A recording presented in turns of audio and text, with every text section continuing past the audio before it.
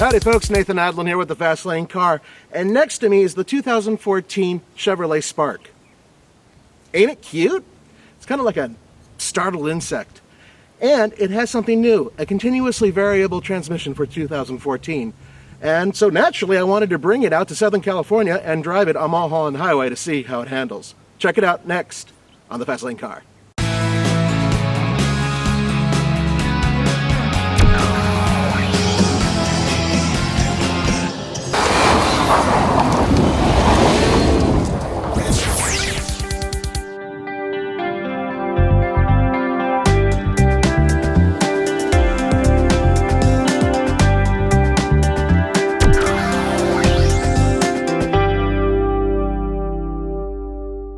Ain't it cute? It's a 1.2 liter four-cylinder engine that puts out 84 horsepower and 83 pound-feet of torque.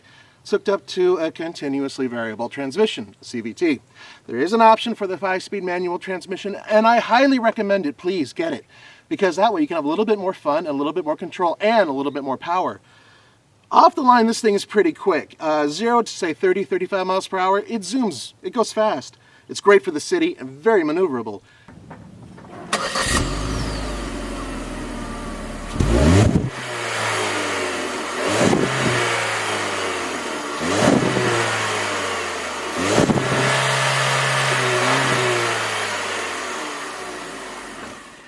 When you're on the highway, things change.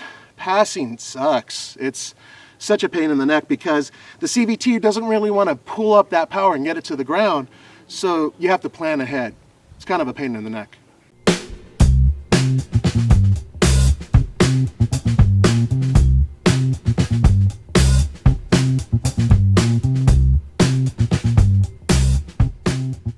Base price for a 2014 Chevy Spark is just over $12,000.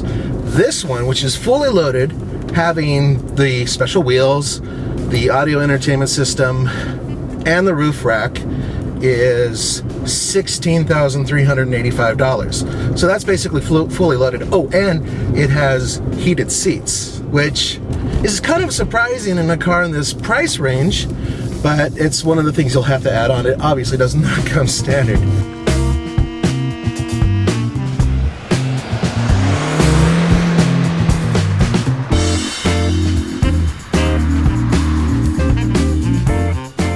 Competition. That's a tough one because there's really only a few cars. This does not compete with the Ford Fiesta. The Ford Fiesta is on a higher level, completely on a completely different level, and it can hold 5 people. Chevrolet decided that this cannot hold 5 people. They have a cup holder tray in the middle, so it's only good for 4. So there's only a couple cars I can think of that this kind of competes with. The Scion IQ, which is sort of a 4-passenger car, and the Fiat 500, the regular Fiat 500. They're all relatively close in price. Actually, the Scion IQ is way overpriced, but the point is that they have small engines, they all get pretty good gas mileage, and they can all hold 4 people, and they have a tiny footprint.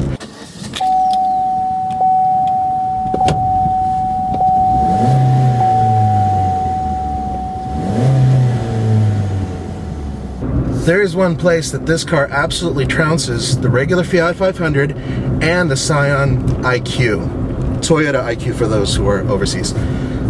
This ride's way better. It has a much better ride. It's a surprisingly good ride. Highway ride kills those other two because it tracks straight. It doesn't feel like it's tugging at the wheel with a super short wheelbase, and at the same time it's also compliant. So it's actually a very good driver's car, commuter's car, and I was really surprised to see how it performed when I drove from Las Vegas to Los Angeles. It did great in terms of ride.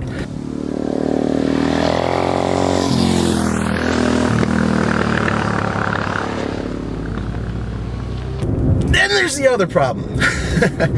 The CVT, the continuously variable transmission. Yes, I know, I bitch and moan about it all the time. In this case, it's not a great use of it. Some cars have really made it work for them, you know? Toyota, Honda, they've really mastered, and Nissan especially, they've mastered the CVT. They've made it so it just works just right with the system, and you really don't miss it compared to a regular automatic transmission for little tiny cars like this. But in this case, you do miss it.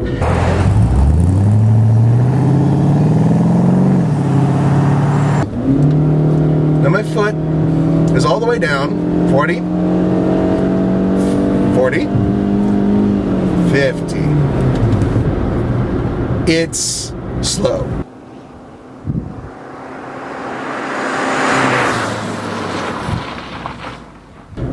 If you have an iPhone, cell phone, Android, whatever, you're able to get an app, or 2 or 5, that will directly pop onto the screen in the Chevy Spark. So you can have a special map program, and you can test it out for $1, and if you like it, you buy it for like $50, and it's a full-blown navigation system, and it'll hook up to this car. And so basically it's your phone that's running it, but the display screen right here, which is a good size, over 7 inches, will show the map. And it works great.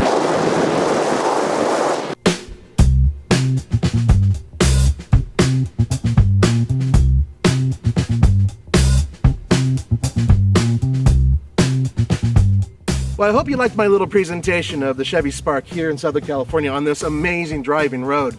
It really put the suspension to the test, but you know what? It's not that bad of a car for slinging around corners. I only wish it was the manual transmission because that's so much more fun. Hopefully I'll be able to get one of these up in Colorado really soon so I can give it a rating, because right now I haven't driven it enough to give it a proper buy it, lease it, or rent it rating. For the Fastlane Car, this is Nathan Adlin. I will see you next time, and don't forget to go to tflcar.com for news, views, and reviews. Adios.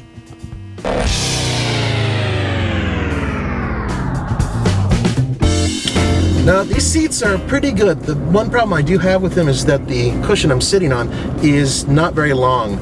So it feels like I'm kind of sitting on a park bench in terms of how far my tush is on it. And you know what? If you're a tall person, you'll notice that. You'll also notice that I have the seat all the way back, and headroom is good, really good. This thing sits high, but legroom, it's okay. It's more than okay for regular city driving, but sitting in this car for about 5 hours, which is what it took me to drive from Vegas to Los Angeles, well, it got a little uncomfortable after a while, even when I was in cruise control and I was able to kind of move my legs around. So if you're tall, this may not be the vehicle you're looking for.